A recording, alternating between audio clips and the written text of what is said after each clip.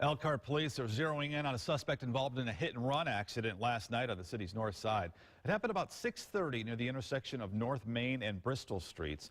Police say two women were crossing the street when one was hit by a vehicle, and then that driver took off. WSBT-22's Ed Ernstis has more.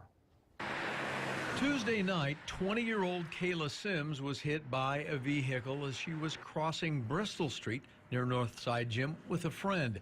The vehicle involved took off before police got there. Rich Clare was leaving Northside Gym when it happened. And all of a sudden I heard a huge noise, an impact that sounded like a car accident.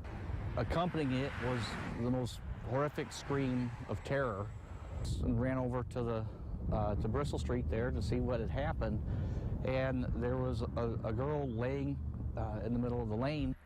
The victim was hospitalized with what are believed to be non-life-threatening injuries.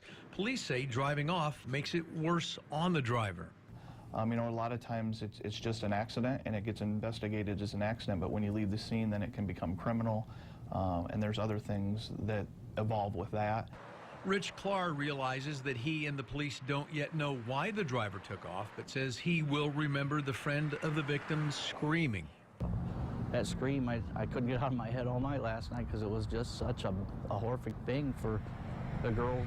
He says what he heard and saw here at the scene of the hit and run involving that young lady was horrendous, something that he soon won't forget. And it prompted him to have a brief talk with his daughter about her outlook on being safe.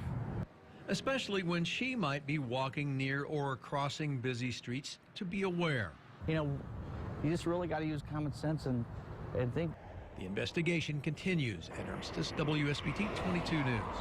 Now, witnesses describe the hit-and-run vehicle as possibly being a Jeep Wrangler.